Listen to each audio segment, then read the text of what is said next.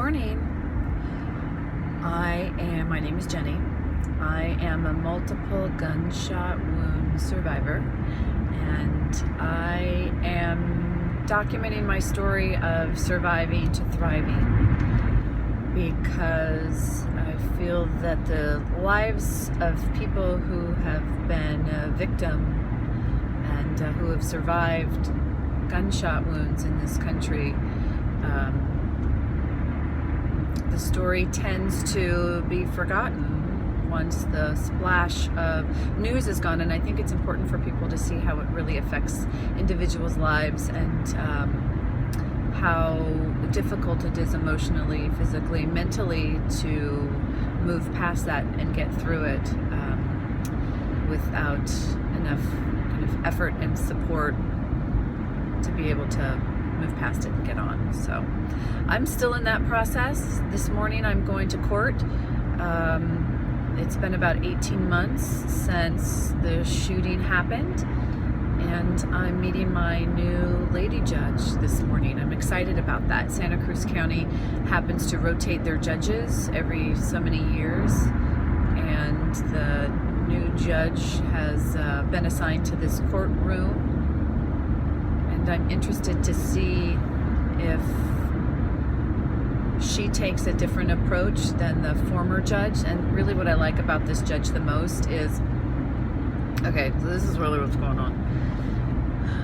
The individual who did this, allegedly, hired the most expensive attorney in Santa Cruz County, who brought on a second attorney who was this wonderfully young, slick, flirtatious, jury would love him kind of fellow, who was really even flirting his pants off to the former judge, who was a male judge. And this new judge, when she was running for the seat, was running against the same guy. So she beat him in an election, and I'm interested to see if he tones down his going over deadlines, not really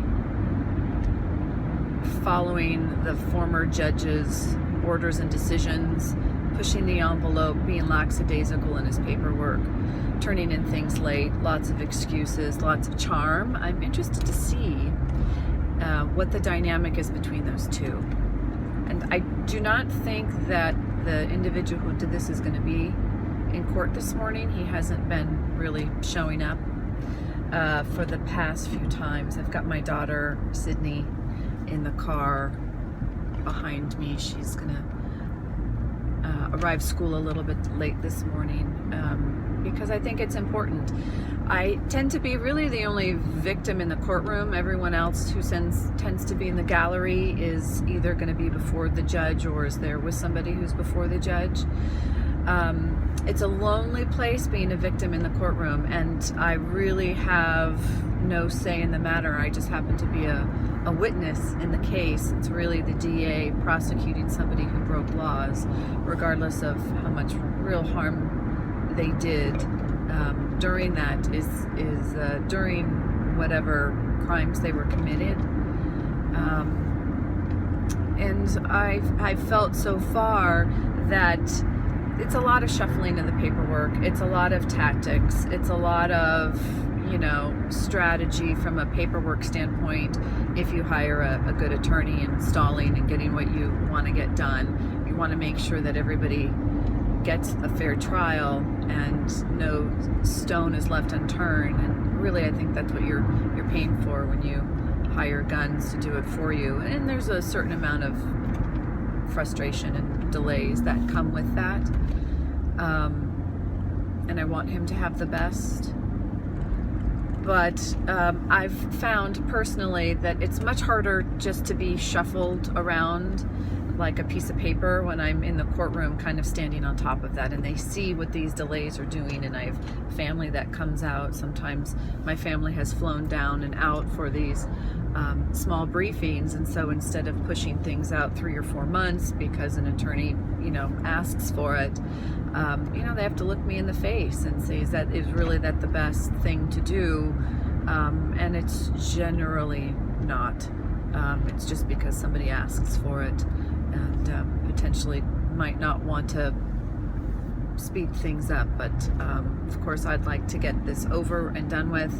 I'd like to have a trial so that we can move on with our lives. It's always in the back of my mind, knowing that somebody is, you know, fighting against the justice and fighting against what feels like me, even though it's not. It's difficult. I happen to be in a court that is pretty lackadaisical, in a county that's pretty lackadaisical. So again, I'm interested to see if the new lady judge comes in with a bit more, I don't know, leadership. We'll see. But I'm excited. Girl power and all. I think you know, women are victimized in this country all the time. And, you know, my point of view is I'm so proud that I survived this thing, and I don't feel like I'm a victim, but I do feel like I need to set an example for people on how to move on with their lives and really take whatever has happened to you and embrace it. Be proud of it. I mean, maybe it's the Pollyanna in me, but I think that we as women should be very proud that we were able to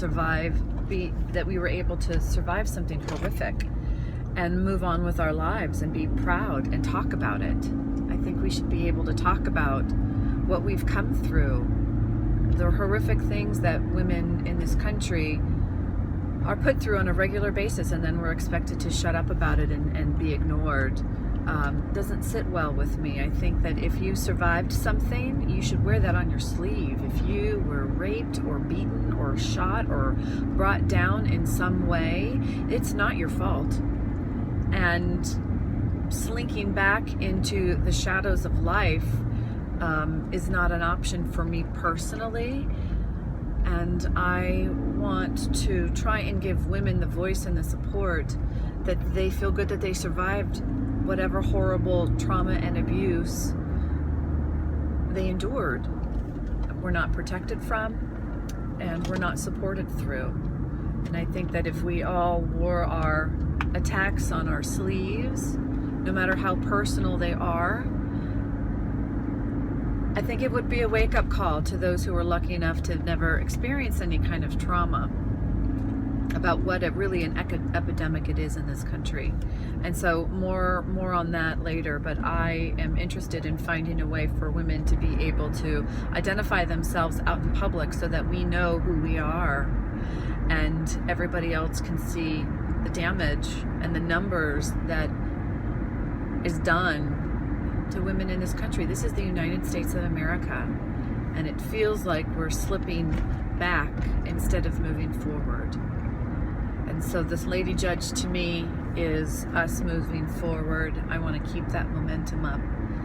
And these are the types of things that I think about when I go into court. How can I be an example? How can I get my story out, my voice out, really on the behalf of other people who aren't quite strong enough, who aren't willing to tell their story, who maybe don't feel victorious.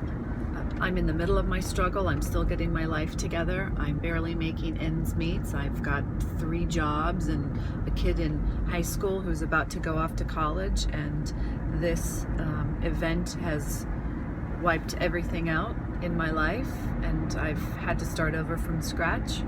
And that's okay. It's all right. I'll be fine. And I'd like to be able to inspire other people by sharing my story of surviving to thriving. So I'm on my road. I'm not there yet, but I'm looking for support and help of any kind from people who are interested in helping me get my story out and other survivors' story, other people who have survived trauma, their stories out.